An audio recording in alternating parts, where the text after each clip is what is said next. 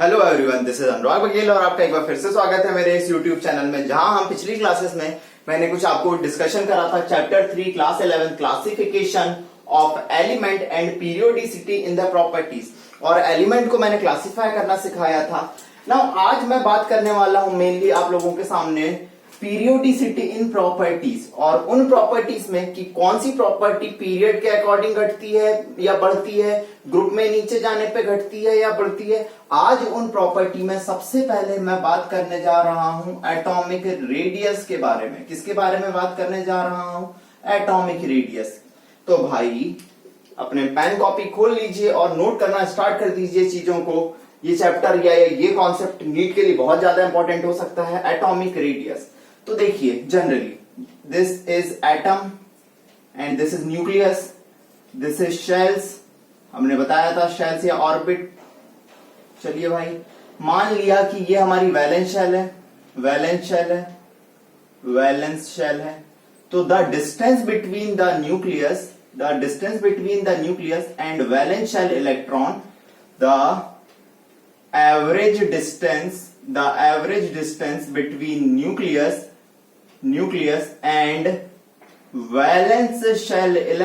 and valence shell electron या outermost electron the average distance between the nucleus and valence shell electron या outermost electron। और अब भाई हमें outermost electron तो दिखता नहीं है, तो कुछ बुक्स में लिखा रहता है इलेक्ट्रॉन क्लाउड, कुछ बुक्स में क्या लिखा रहता है? Electron cloud, electron cloud। तो the average distance between the nucleus and valence shell electron is called atomic radius, चलिए भाई, इसके बारे में हम डिटेल में कि एटॉमिक रेडियस का डेरिवेशन कैसे करना है, एटॉमिक रेडियस कितनी होती है, ये हमने स्ट्रक्चर ऑफ एटम में पढ़ा हुआ है, आप वीडियोस देख सकते हैं पुराने। तो इसे हमने नाम दिया एटॉमिक रेडियस। चलिए भाई, अब एटम, कोई भी एटम है तो भाई हमने एलिमेंट होते हैं मेटल, नॉन मेटल, उनमें रेडियस अलग अलग टाइप की होती है। तो हम atomic radius can B classify, atomic radius can B classify into, किस में क्लासिफाई कर सकते हैं अपन एटॉमिक रेडियस को? ध्यान दीजिएगा बच्चों, the atomic radius can B classify into अपनी कोवेलेंट रेडियस, याद होगा कोवेलेंट नाम में ही छुपा है, मतलब क्या? Covalent bond.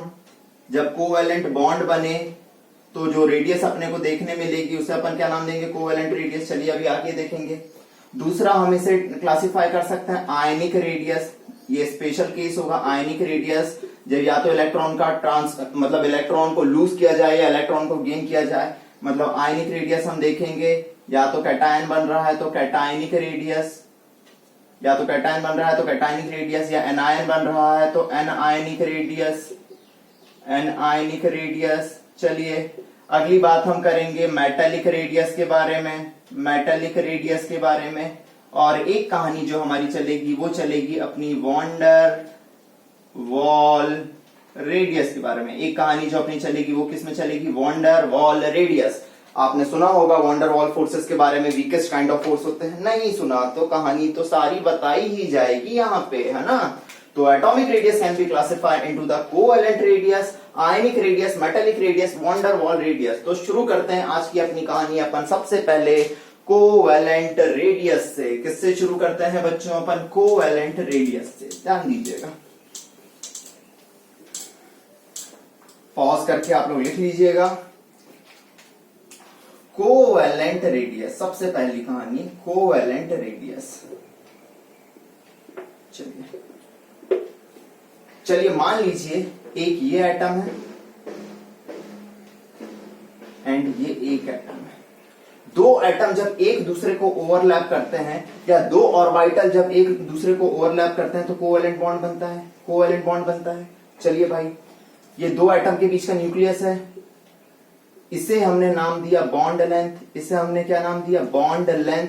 दो न्यूक्लियस के बीच की जो डिस्टेंस है उसे हमने नाम दिया बॉन्ड लेंथ, उसे हमने क्या नाम दे दिया? Bond length. चलिए, और इस बॉन्ड लेंथ का आधा, मतलब मैं ऐसे लिख सकता हूं, covalent radius is equal to half of the bond length, half of the bond length. चलिए ये कौन सा बॉन्ड बन गया है, सबसे पहली बात अपना कौन सा बॉन्ड बना है, कोवेलेंट बॉन्ड। और ये रेडियस कौन सी आई अपनी, ये वाली रेडियस, इस बॉन्ड लेंथ का आधा। This is called covalent radius, this is called covalent radius. अब ध्यान दीजिए, आप लोगों को पता होगा जो कोवेलेंट बॉन्ड बनता है ओवरलैपिंग ऑफ ऑर्बिटल से बनता है, ओवरलैपिंग ऑफ ऑर्बिटल से बनता है। तो इसे मैं एक और नाम दे सकता हूं बच्चों, सिंगल बॉन्ड बन रहा है दो एटम के बीच में, एनसीईआरटी में नाम दिया गया है इसे single bonded covalent radius, single bonded covalent radius.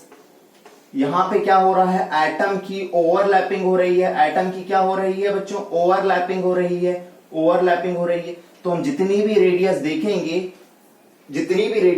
It is smallest among all, it is smallest among all radius. चलिए भाई, ये कॉन्सेप्ट हुआ अपना किसका, कोवेलेंट रेडियस का। कोवेलेंट रेडियस क्या हुई, जब दो एटम एक दूसरे को ओवरलैप करेंगे तो कोवेलेंट बॉन्ड बनेगा, और उस बॉन्ड का आधा मतलब बॉन्ड लेंथ का आधा क्या कहला लिया अपना, कोवेलेंट रेडियस कहला लिया। चलिए कहानी को आगे बढ़ाई जाए। अगली कहानी मैं शुरू करता हूं बच्चों अपनी आयनिक रेडियस से।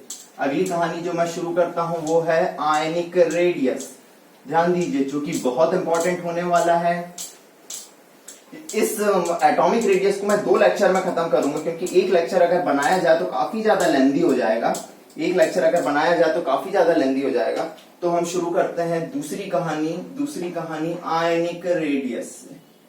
आयनिक रेडियस, ठीक है, इससे शुरू करते हैं अपन ionic radius.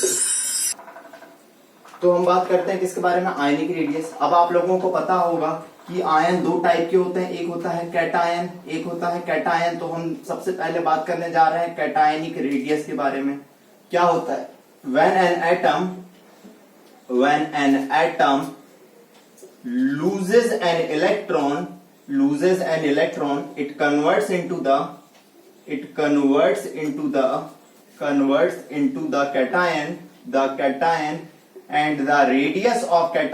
and the radius of that cation is called cationic radius, कहानी समझिएगा बच्चों। अगर किसी भी एटम में से एक इलेक्ट्रॉन को लूज किया जाए तो वो कन्वर्ट हो जाता है कैटायन में, and the radius of cation, that cation is called cationic radius. अब आपको हमेशा एक चीज पता होगी कि कोई भी एटम इलेक्ट्रॉन लूज करे या कोई भी एटम इलेक्ट्रॉन गेन करे, इसका मतलब क्या है, एवरीवन वांट्स स्टेबिलिटी ना बच्चों। जैसे एक एग्जांपल के तौर पे ले लो, बॉन्ड क्यों बनते हैं, हम केमिकल बॉन्डिंग पढ़ेंगे। एटम से इलेक्ट्रॉन लूज करके कुछ एटम इलेक्ट्रॉन गेन करके, सोडियम ने जैसे इलेक्ट्रॉन लूज करा, क्लोरीन ने इलेक्ट्रॉन गेन करा, NaCl के बीच में आयनिक बॉन्ड बना, ट्रांसफर ऑफ इलेक्ट्रॉन से क्यों बना, क्योंकि सोडियम अपना एक इलेक्ट्रॉन लूज करेगा और क्लोरीन अपना एक इलेक्ट्रॉन गेन करेगा, तो क्या कर लेंगे, अपना ऑक्टेट कंप्लीट कर लेंगे। मतलब भाई हर कोई स्टेबिलिटी की वजह से इलेक्ट्रॉन को लूज करता है, इलेक्ट्रॉन को गेन करता है। तो cationic radius, when an atom loses an electron it converts into the cation and the radius of that cation is called cationic radius। Simplify करके मैं अगर आपको बताने की कोशिश करूं, देखिए एग्जांपल देखते हैं अपन। सबसे पहले मान लीजिए मेरे पास this is sodium atom, atomic number 11, this is sodium atom, atomic number 11। Electronic configuration देखिए बच्चों, 1s2, 2s2, 2p6, 3s1, देखिए 2, 2, 4, 6, 10 और एक 11। अब बाउ रूल से मैंने आपको बताया है, पहली शेल में कितने इलेक्ट्रॉन है, 2 इलेक्ट्रॉन है। देखिए फर्स्ट शेल में कितने इलेक्ट्रॉन दिख रहे हैं आप लोगों को, 2 इलेक्ट्रॉन। सेकंड शेल में कितने इलेक्ट्रॉन दिख रहे हैं टोटल, 8 इलेक्ट्रॉन, 1, 2, 3, 4, 5, 6, 7, 8। थर्ड शेल में आपको कितना इलेक्ट्रॉन दिख रहा है, 1 इलेक्ट्रॉन, 1। अगर सोडियम अपना एक इलेक्ट्रॉन लूज कर दे, तो इसका आउटर मोस्ट शेल में ऑक्टेट कंप्लीट हो जाएगा। आउटर मोस्ट शेल में क्या हो जाएगा, ऑक्टेट कंप्लीट हो जाएगा। चलिए सोडियम 11, एटॉमिक नंबर Z कितना है, 11, इलेक्ट्रॉन कितने हैं, 11, प्रोटॉन कितने हैं, अभी भी 11। लेकिन जब ये एक इलेक्ट्रॉन 1 इलेक्ट्रॉन लूज करे, 1 इलेक्ट्रॉन क्या करे, लूज करे, चलिए भाई, एक इलेक्ट्रॉन लूज करा, तो अब ध्यान दीजिएगा, अब ये सोडियम था, पहले क्या था, सोडियम था, एक इलेक्ट्रॉन लूज करे, अगर मैं 1 रुपए किसी को दे दूं तो मैं दूंगा तो मेरे ऊपर पॉजिटिव चार्ज आएगा, जो लेगा उसके ऊपर नेगेटिव चार्ज आएगा। कौन लेगा देखेंगे बाद में। इसने तो एक इलेक्ट्रॉन दिया, सोडियम पॉजिटिव में कन्वर्ट हो गया, एटॉमिक नंबर तो अभी भी 11 है। इलेक्ट्रॉन देखो 11 थे पहले, एक दे दिया इलेक्ट्रॉन इसने, देखो ये वाला इलेक्ट्रॉन बाहर निकाल दिया, कितने हो गए, 10 हो गए। प्रोटॉन में तो न्यूक्लियस में रहता है, प्रोटॉन में कोई चेंज नहीं है, प्रोटॉन अभी भी 11 है। चलिए, तो अब क्या हुआ, ध्यान दीजिएगा बच्चों, आउटर मोस्ट शेल में इलेक्ट्रॉन का नंबर घट गया, लेकिन प्रोटॉन अभी भी उतने हैं। प्रोटॉन की वजह से जो चार्ज लगता है प्रोटॉन न्यूक्लियस में, उसे कहते हैं न्यूक्लियर चार्ज। लेकिन अब ये इफेक्ट डालेगा इलेक्ट्रॉन पे या आउटर मोस्ट शेल पे, ठीक है, तो इसलिए जो इफेक्ट डाल रहा है, इसलिए इसे नाम दे देते हैं इफेक्टिव न्यूक्लियर चार्ज, और उसे हम किससे रिप्रेजेंट करते हैं, जेड इफेक्टिव से। और बच्चों, एक इलेक्ट्रॉन के लूज होने से, हम कहते हैं एक इलेक्ट्रॉन के लूज होने से इलेक्ट्रॉन का नंबर कम हो गया, लेकिन प्रोटॉन का नंबर उतना ही बना है, तो जो इफेक्टिव न्यूक्लियर चार्ज है वो बढ़ गया, इफेक्टिव न्यूक्लियर चार्ज है वो बढ़ गया, जिससे न्यूक्लियस अपना फोर्स बढ़ाना स्टार्ट कर दिया। न्यूक्लियस का फोर्स क्या हो गया, बढ़ गया, जिससे जो रेडियस है कैटायन की वो क्या हो जाएगी, घट जाएगी। And this is the universal truth. अब देखिए क्या हुआ बच्चों, ये था,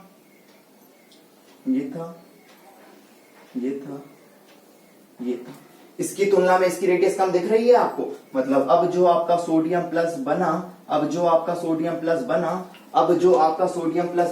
तो आपको क्या पता चला, रेडियस जो है, रेडियस ऑफ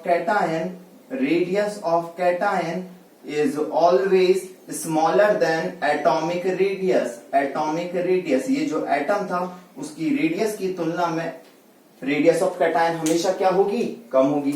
इसकी रेडियस हमेशा क्या होगी, कम होगी। कोई पूछेगा क्यों, तो इफेक्टिव न्यूक्लियर चार्ज क्या हो गया है, बढ़ गया है। इसको डिटेल में हम स्टेलर रूल से बताएंगे आपको अभी आगे की कहानी में। चलिए, this is the concept of the cationic radius, note down कर लीजिएगा पॉज करके। चलिए, मैं इस कहानी को और आगे बढ़ाऊं, ध्यान दीजिएगा बच्चों। मैं एक और एग्जांपल आप लोगों के सामने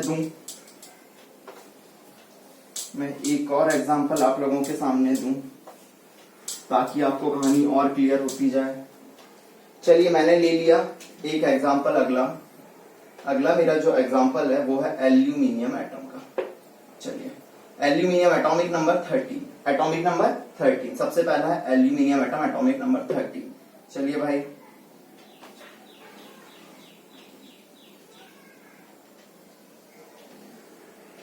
इलेक्ट्रॉनिक कॉन्फ़िगरेशन लिखूं तो मैं 1s2 2s2 2p6 3s2 3p1। चलिए, आउटर मोस्ट शेल में कितने इलेक्ट्रॉन है, थर्ड शेल में, या वैलेंस शेल में कितने इलेक्ट्रॉन, 2 और 1 3, मतलब 2 8 और 3। चलिए भाई, ये 2 1 2 3 4 5 6 7 8 and this is 1, this is 2, this is 3। चलिए, अभी इलेक्ट्रॉन कितने हैं अपने, इलेक्ट्रॉन अभी भी 13 है, प्रोटॉन कितने हैं, अभी भी 13 है। इलेक्ट्रॉन 13 है, प्रोटॉन 13 है। चलिए, अगर ये एक इलेक्ट्रॉन सबसे पहले क्या करे, लूज करे, तो अब ये किस में कन्वर्ट होगा, ध्यान देना बच्चों, एल्यूमिनियम प्लस वन में। जब एल्यूमिनियम प्लस 1 में कन्वर्ट हुआ तो ध्यान दीजिएगा, इलेक्ट्रॉन कितने हो गए, 13 माइनस 1 12, लेकिन प्रोटॉन अभी भी 13 है। मतलब जब एक इलेक्ट्रॉन इसने लूज करा तो इसका इफेक्टिव न्यूक्लियर चार्ज क्या हुआ बच्चों, बढ़ गया। इफेक्टिव न्यूक्लियर चार्ज बढ़ने की वजह से रेडियस पहले की तुलना में कैसी हो जाएगी बच्चों, कम हो जाएगी, क्योंकि न्यूक्लियस अपना फोर्स बढ़ाना स्टार्ट कर देगा। तो ध्यान दीजिएगा, रेडियस पहले की तुलना में क्या हो गई, कम हो गई। दिख रहा है, आप लोग डिफरेंशिएट कर पा रहे हैं, बिल्कुल डिफरेंशिएट कर पा रहे होंगे। रेडियस पहले की तुलना में क्या हो गई है बच्चों, कम हो गई है। 1 2 3 4 5 6 7 8 और ये 1 और ये 2 इलेक्ट्रॉन अभी भी हैं। चलिए, लेकिन इसके पास ये इलेक्ट्रॉन है, दूसरा इलेक्ट्रॉन इसने एक और लूज करा। जब एक और इलेक्ट्रॉन लूज करा तो ये किसमें कन्वर्ट हो गया, एल्यूमिनियम प्लस 2 में। मतलब इलेक्ट्रॉन अब कितने हो गए 13 माइनस प्लस 2 है, मतलब कितना कर दिया -2, मतलब कितना हो गया 11। लेकिन प्रोटॉन अभी भी 13 है। इलेक्ट्रॉन के घटने से और प्रोटॉन के कांस्टेंट रहने से जो इफेक्टिव न्यूक्लियर चार्ज है, न्यूक्लियस पे चार्ज कैसा हो गया, बढ़ गया। मतलब इफेक्टिव न्यूक्लियर चार्ज पहले की तुलना में और बढ़ गया, पहले की तुलना में और ज्यादा बढ़ गया। मतलब रेडियस पहले की तुलना में कैसी होती गई, और कम होती गई। देखिएगा रेडियस पहले की तुलना में कैसी होती गई, और कम होती गई। रेडियस पहले की तुलना में कैसी होती गई, और कम होती गई। चलिए भाई, अब जो अगर तीसरा इलेक्ट्रॉन है आखिरी वाला, अगर तीसरा इलेक्ट्रॉन है आखिरी वाला, उसे भी लूज कर दिया जाए, उसे भी लूज कर दिया जाए, तो अब क्या बना आपका एल्यूमिनियम +3। क्या बना, एल्यूमिनियम +3। अब हम ये कह सकते हैं कि रेडियस पहले की तुलना में और कम हो गई, रेडियस पहले की तुलना में और कम हो गई। मतलब क्यों, क्योंकि इलेक्ट्रॉन अब 13 माइनस 3 मतलब कितने हो गए 10, लेकिन प्रोटॉन अभी भी कितने हैं 13। मतलब इफेक्टिव न्यूक्लियर चार्ज कैसा हो गया, और ज्यादा और ज्यादा और ज्यादा बढ़ गया। मतलब रेडियस और ज्यादा कम हो गई। मतलब आपके पास कॉन्सेप्ट क्या आया कि जो न्यूट्रल एटम था उसकी रेडियस सबसे ज्यादा, लेकिन जैसे जैसे चार्ज बढ़ते जाएगा वैसे वैसे रेडियस क्या होती जाएगी, कम होती जाएगी। तो क्या मैं एक जनरलाइज कॉन्सेप्ट बना सकता हूं बच्चों, क्या मैं एक जनरलाइज कॉन्सेप्ट बना सकता हूं कि size is inversely proportional to charge on cation, charge on cation, charge on cation, या radius is inversely proportional to, radius is inversely proportional to the charge on cation. कि भाई जैसे जैसे चार्ज बढ़ता जाएगा, जैसे जैसे चार्ज बढ़ता गया, रेडियस क्या होती गई, कम होती गई। This is very important concept, इसे आप लोगों को नोट कर लेना चाहिए, इसे आप लोगों को नोट कर लेना चाहिए।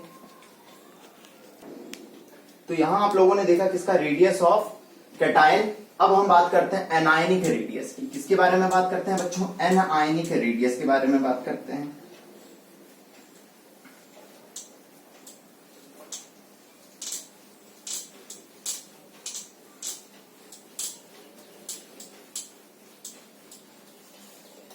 ये ऐसा प्रेजेंटेशन रहेगा तो आपको समझना बहुत ज्यादा इजी रहेगा। चलिए अब बात करते हैं अपन, कैटायनिक रेडियस हो गए। नाउ एनायनिक रेडियस, इसमें भी बात कर लेते हैं एनायनिक रेडियस के बारे में। एनायनिक रेडियस, चलिए समझिएगा। when an neutral atom loses an electron, जब न्यूट्रल एटम क्या करता, when a neutral atom gains an electron, it converts into the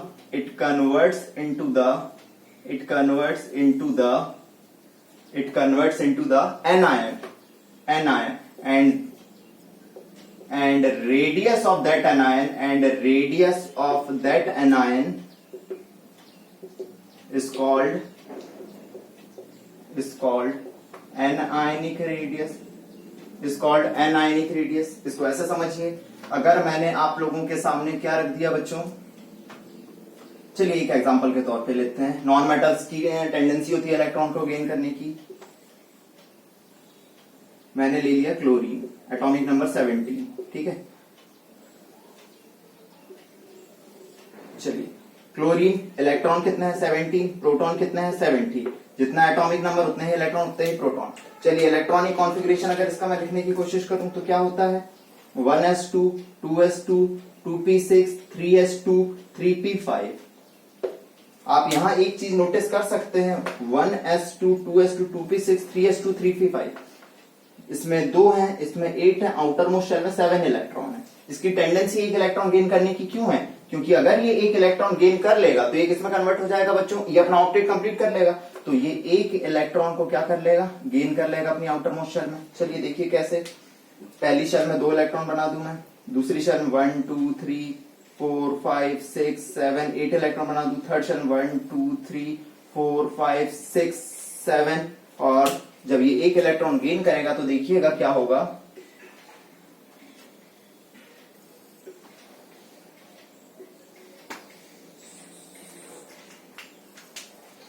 देखिए ये पहले के 2 इलेक्ट्रॉन ऑलरेडी हैं, इसमें 8 इलेक्ट्रॉन ऑलरेडी है, 1 2 3 4 5 6 7 8, 1 2 3 4 5 6 7, एंड ये आया आपका एक्स्ट्रा एक इलेक्ट्रॉन, एक एक्स्ट्रा इलेक्ट्रॉन। बच्चों एक एक्स्ट्रा इलेक्ट्रॉन आने से इलेक्ट्रॉन्स के बीच में इंटर इलेक्ट्रॉनिक रिपल्शन काम करने लगेगा, इंटर इलेक्ट्रॉनिक रिपल्शन काम करने लगेगा।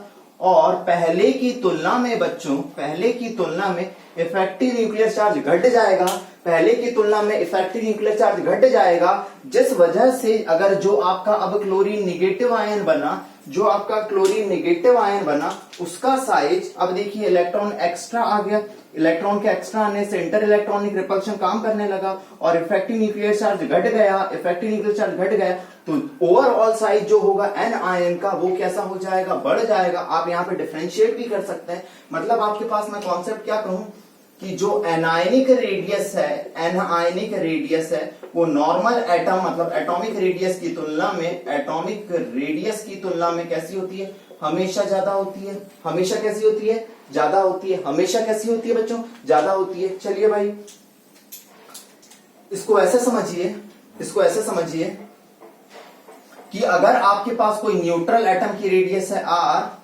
अगर कोई न्यूट्रल एटम की रेडियस है r, ये एग्जांपल कंप्लीट हुआ, मैं एक दूसरा एग्जांपल ले रहा हूं। कोई न्यूट्रल एटम है जिसपे कोई चार्ज नहीं है, उसकी रेडियस है r, एक आपके पास है एन आयन जब उसने एक इलेक्ट्रॉन लिया है, और एक आयन है आपके पास कैटायन जब उसने एक इलेक्ट्रॉन लूज करा है। तो हमेशा एनायनिक रेडियस ज्यादा होती है, न्यूट्रल रेडियस कम होती है, कैटायनिक रेडियस उससे कम होती है। And this is the universal law, और ये मेडिकल के इतिहास में बहुत ज्यादा पूछा गया है। चाहे आप पुराने कोई भी एग्जाम उठा लें, नीट या मेडिकल के कोई भी एग्जाम उठा लें, ये कॉन्सेप्ट बहुत बहुत बहुत ज्यादा पूछा जाता है, ये कॉन्सेप्ट बहुत बहुत बहुत ज्यादा पूछा जाता है।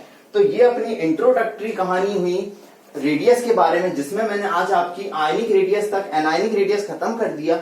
अगले वीडियो लेक्चर में मैं आप लोगों को बच्चों कहानी बताऊंगा किसके बारे में, आइसो इलेक्ट्रॉनिक स्पीसीज की रेडियस। ये कॉन्सेप्ट बहुत अच्छे से कर लीजिए, फिर अगली क्लास में अपन आइसो इलेक्ट्रॉनिक रेडियस के बारे में बात करेंगे। आज के लिए धन्यवाद।